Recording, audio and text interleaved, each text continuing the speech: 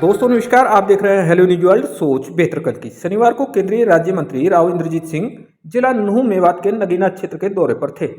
यह क्षेत्र फिरोजपुर झिरका विधानसभा क्षेत्र में आता है, जहां सद्भावना सम्मेलन भाजपा और राव समर्थकों की ओर से आयोजित किया गया था। इस सम्मेलन को संबोधित करते हुए मंच से केंद्रीय राज्य मंत्री राव इंद्रजीत सिंह ने कहा कि तीसरी बार केंद्र में भाजपा की सरकार बनने पर रेल लाइन के लिए वे बजट भी मंजूर करा देंगे। यह बड़ा चुनावी वादा है जो कि उनके द्वारा इस सम्मेलन के दौरान किया गया है। हम आपको बता दें कि इस सम्मेलन में कोटला झील के विस्तार की बात भी उन्होंने कही। बता दें कि मेवात में रेल की सीटी बजाने का मामला 2 दशक से कांग्रेस और भाजपा के बीच फुटबॉल बना हुआ है। अब 2 बार भाजपा की केंद्र में सरकार रहने के बावजूद अभी तीसरी बार फिर एक बार मेवात में रेल की सीटी बजाने की बात चल पड़ी है। हम आपको बता दें कि इस सम्मेलन के बाद पत्रकारों के सवालों के जवाब भी केंद्रीय राज्य मंत्री राव इंद्रजीत सिंह ने दिए। आप देखिए भाषण के दौरान उन्होंने क्या कहा। आप देखते रहिए हेलो न्यूज वर्ल्ड सोच बेहतर कल की। हम आपको बता दें कि इस सम्मेलन में पहुंचने पर उनका फूल मालाएं और बड़ी माला के साथ जोरदार स्वागत किया गया और एक मांग पत्र भी स्थानीय एक महिला नेत्री ने पेश किया। आप देखते रहिए हेलो न्यूज वर्ल्ड सोच बेहतर कल की। पलवल वाया होडल ये रास्ता मंजूर हो चुका है। इसके बारे में तो मतलब कोई किसी को कहना नहीं है, ये तो उस पर काम कराना बकाया है। कोटला झील का जिक्र भी आया और मेरे याद है कि जब पहली बार मैं इलेक्शन लड़ा था, सबसे पहले लोगों ने कहा था कि मेवात में या तो पानी की दिक्कत है और यह रेलगाड़ी की दिक्कत है। तो पानी की दिक्कत के लिए हमने बड़े प्रयास किए, कांग्रेस पार्टी के अंदर भी प्रयास किए, भारत के अंदर भी प्रयास किए, लेकिन ये सिरे कब चढ़ा जब भारतीय जनता पार्टी की सरकार हमारे प्रदेश के अंदर स्थापित हुई। लेकिन रकबा छोटा, जिस तरह को हमने चाहा था कि 5000 एकड़ है, इसके अंदर पानी भरता है। कहते हैं कि जब ये मुगलों का जमाना था, यहाँ पर महल भी हुआ करते थे और यहाँ पर रानियां आकर के बसा करती थी, देखा करती थी नजारे को। अब मुझे नहीं मालूम कि कितना पानी आज के दिन बढ़ता है, लेकिन इसके विस्तार की आवश्यकता है। विस्तार के लिए आज के दिन यहाँ से डिस्ट्रिक्ट एडमिनिस्ट्रेशन की तरफ से, पार्टी की तरफ से प्रपोजल गया हुआ है और मैं समझता हूँ कि हमारे मुख्यमंत्री इलेक्शन से पहले इसके अंदर फैसला लेकर के इसका विस्तार करवा देंगे। एक जिक्र हुआ बड़ौदा कट का, बॉम्बे एक्सप्रेसवे के ऊपर एजाज मोहम्मद ने भी कहा, जान मोहम्मद ने भी कहा कि भाई ये सारी मेवात इससे परेशान है। इसका मैं अभी आज ऐलान नहीं कर सकता क्योंकि मुझे इस चीज का इतना ध्यान नहीं है और मैं कुछ कह दूं और फिर मैं झूठा पड़ जाऊं, ये मैं नहीं चाहता। लेकिन इसके विषय के अंदर जरूर मैं चर्चा करूंगा और उसके बाद इसी तरह से उजीना के आसपास एक तरफ का रास्ता सुरेंद्र सिंह बोल रहे थे, एक तरफ का रास्ता तो हो गया लेकिन दूसरी तरफ का हो नहीं पाया है। उसके बारे में भी हम आज के दिन सोच विचार करने लग रहे हैं और कोशिश करें कि जल्दी वो वाला रास्ता भी खुल जाए। मेवात गुड़गांव के जड़ के अंदर बसता है और गुड़गांव सबसे समृद्ध जिला कहलाया जाता है। आज के दिन मैं बात कर रहा था एक इनकम टैक्स व्यक्ति से, अफसर से, वो कहता है कि जितना भी सारे हरियाणा का टैक्स जाता है उसका 75% 80% टैक्स गुड़गांव अकेला, इसलिए समृद्ध कहलाया जाता है। 40,000 करोड़ रुपए का टैक्स एक साल के अंदर गुड़गांव के अंदर, गुड़गांव से अकेले से हरियाणा की कोष के अंदर। मेवात के अंदर टैक्स तो नहीं करता, लेकिन उसका हिस्सा हमारे को नहीं मिल पा रहा पूरे तौर के ऊपर। इस चीज की हमारे को अभी भी चिंता है, लेकिन ना मिले इसका मतलब ये नहीं कि आगे भी नहीं मिलेगा। हम अगर प्रयास करेंगे, मिलकर के प्रयास करेंगे, तो ये हमारे को हिस्सा न केवल हरियाणा सरकार यहाँ से देगी, लेकिन भारत सरकार भी देती आ रही है और आने वाले समय के अंदर भी देगी। दिल्ली मुंबई एक्सप्रेसवे जो हमारे मेवात को टच करते हुए जाता है, आपको भी पता है कि 1 लाख करोड़ रुपए का खर्च इसके ऊपर। जितनी भी रोड बनी है, आज तो मैं देखा हूं कि रोड के अंदर काफी दुर्गति हो गई है, टूट गई है, लेकिन 1 लाख करोड़ रुपए का दिल्ली बंबई एक्सप्रेस शायद ही इतना एक्सपेंसिव, इतना महंगा एक्सप्रेस वे भारत में कहीं और बना होगा। मुझे नहीं पता बना भी होगा, लेकिन हमारा 1 लाख करोड़ का ये एक्सप्रेसवे बनने जा रहा है, आधे से ज्यादा बन चुका है। रेल की लाइन में कर रहा था कि रेल मेवात के अंदर तो नहीं पहुंची, लेकिन मेवात के इर्द गिर्द जरूर पहुंच गई है। ऑर्बिटल रेल कॉरिडोर पलवल, सोना, मानेसर और सोनीपत जाने वाला 5,600 करोड़ रुपए का ये योजना है और इसके ऊपर काम शुरू होने लग गया है। लोग कहेंगे मेवात के अंदर क्यों नहीं आप दे रहे? जब मैं पहले आया था तो मैंने 2 चीजों का जिक्र किया था कि एक कोटला झील का मैंने कहा था, उसके ऊपर काम होने लग रहा है, कुछ हो गया। दूसरा मैंने कहा था कि रेल लाइन मेवात के लोगों को मैं बिठाऊंगा, रेल लाइन पे मैं बिठाऊंगा। मैं आज आपको ये कहना चाहता हूं कि पिछला जो बजट हुआ था, उस पिछले बजट के अंदर पहली बार कई सालों के बाद भारत सरकार के इस बजट के अंदर ये प्रावधान रखा गया कि मेवात को रेल से जोड़ने के लिए एक खाता खोला गया जिसके अंदर पैसा जमा होता है। मतलब बिना खाते के तो पैसा जमा ही नहीं हो पाता ना, आप भी जानते हैं बैंक के अंदर। इसी तरह से भारत सरकार के अंदर भी बिना खाते के फाइनेंस डिपार्टमेंट कोई पैसा नहीं डाल सकता।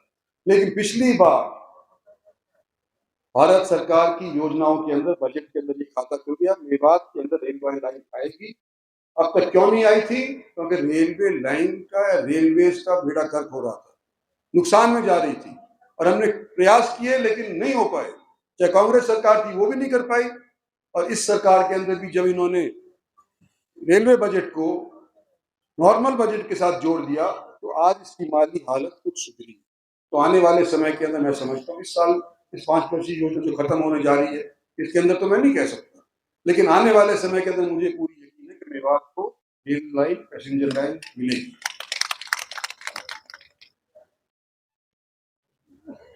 कुंडली, मानेसर, पलवल रोड आप जानते हैं सबके सब।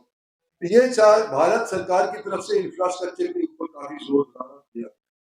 एक हसन खां मेवाती का जिक्र किया हमारी चेयरमैन साहिबा ने, उसके लिए पैसा तजवीज होना चाहिए। एक मेवात के अंदर मेडिकल कॉलेज यहाँ पर होना चाहिए। ये आज के दिन मैं कह दूं कि करूंगा और फिर नहीं होगा तो इलेक्शन में मेरे से आप कहोगे कि तू खामखा के अंदर जवानी जमा खर्च कर गया, कुछ बनी तो नहीं है। मेडिकल कॉलेज सर है, उसमें व्यवस्था सही नहीं है। मेवात हसन नहीं, मेडिकल कॉलेज है, उसमें व्यवस्था नहीं है। ऊपर ये जो कॉलेज बना हुआ है हसन खां मेवाती में, इसके अंदर व्यवस्था के बारे में, डॉक्टरों के बारे में, मशीनरी के बारे में, ये सारी चीजों के बारे में मैं देखूंगा। लेकिन एक चीज मेरे को याद आती है कि जब कोविड सब जगह छाया हुआ था और ऑक्सीजन मिल नहीं रही थी और ऑक्सीजन के लिए वो वेंटिलेटर की आवश्यकता पड़ती थी, तो सब जगह के ऊपर वेंटिलेटर इस्तेमाल हो रहे थे। लेकिन मेवात के अंदर कम से कम 15 वेंटिलेटर थे, लेकिन वो इस्तेमाल नहीं हो पाए। व्यवस्था थी लेकिन कोई ट्रेन बंदा नहीं थी। और उसके बाद उसको ट्रेनिंग के वास्ते मैंने स्पेशल प्रोग्राम बनाया कि इस व्यवस्था को चलाने के लिए, वेंटिलेटर का प्रयोग करने के लिए हमारे को लोगों को ट्रेनिंग देनी पड़ती, तो वो ट्रेनिंग दी है। और भी जो खामियां हैं उसको मैं पूरा करने का पूरा प्रयास करूंगा। आज तो इसी तौर के ऊपर हम आए थे, आज तो इसी तौर के ऊपर आए थे कि आपसे एक बार दोबारा से मुखातिब हूँ। कई साल हो गए से मुखातिब नहीं हो पाए थे। एक सेंट्रल स्कूल की बात आ रही है, ये हमने साख संगेत के अंदर ऐलान किया हुआ है, लेकिन हो नहीं पाया है अभी तक। ये मुझे उस चीज का अफसोस है। तो ये मोटी मोटी बातें आपके बीच में करने के लिए आया था।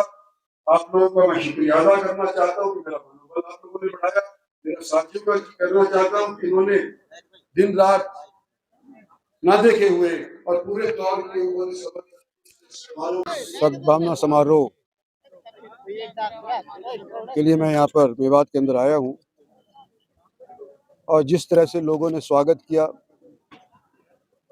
जिस तरह से लोग मेरे को गाड़ी में बिठा करके लाए, जिस तरह से मेवात की क्रीम यहाँ उपस्थित रही, मुझे लगता है कि जो पिछले दौर के अंदर एक कलंक मेवात के ऊपर लगा था, वो आने वाले समय के अंदर धुल जाएगा और मेवात तरक्की, हिंदू, मुस्लिम, सिख, ईसाई सब मिलकर के मेवात की तरक्की के अंदर जुट जाएंगे।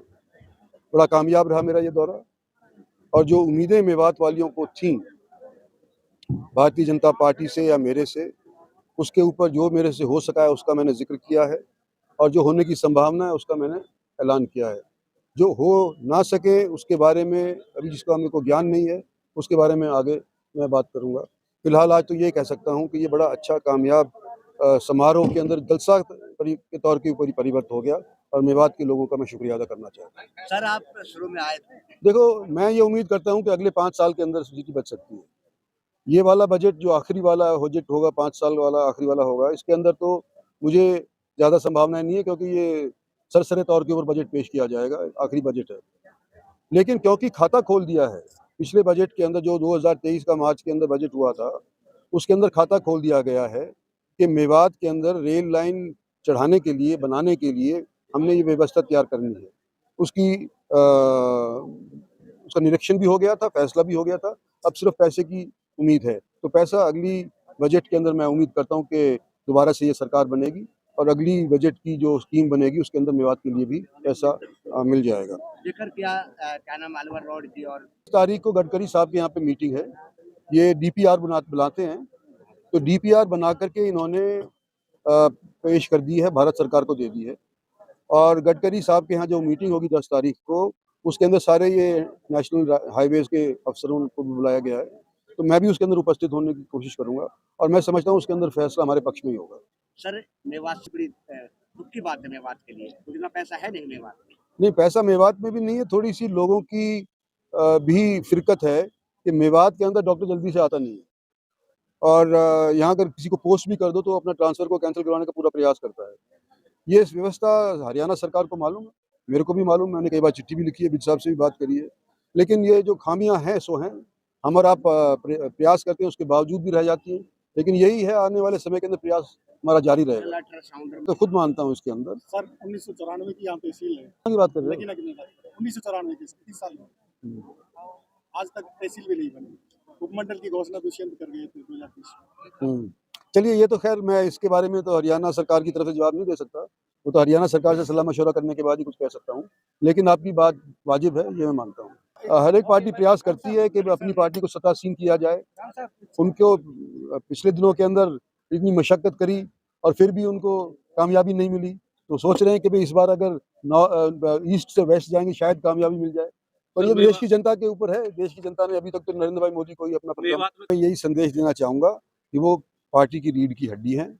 मेरे जीत के अंदर उनका पूरा योगदान रहता है और मैंने कभी अपने साथी को छोड़ा नहीं है। अगर मेरे हाथ में या मेरे कलम के अंदर कोई ताकत है और मेरा साथी कोई उस ताकत को इस्तेमाल अपने पक्ष के अंदर करना चाहता है या लोगों के पक्ष के अंदर करना चाहता है, तो मेरा कलम हमेशा हाजिर है। बिल्कुल, ये गडकरी साहब से इसकी बात करेंगे। दोनों जगह कट जहाँ मांगा है, एक तो उजीना के पास मांगा और एक बड़ौदा के पास। दक्षिणी हरियाणा कैसे देखते हैं? वो तो पार्टी का फैसला होता है। पार्टी किसको बनाती है किसको नहीं बनाती है वो तो पार्टी फैसला करती है। लेकिन मैं यूँ कह सकता हूँ कि जो समर्थक पार्टी के अंदर ना भी होते हुए मेरे हैं, वो किसी पार्टी के पदाधिकारी से कम नहीं है, बल्कि अव्वल ही कुछ होंगे।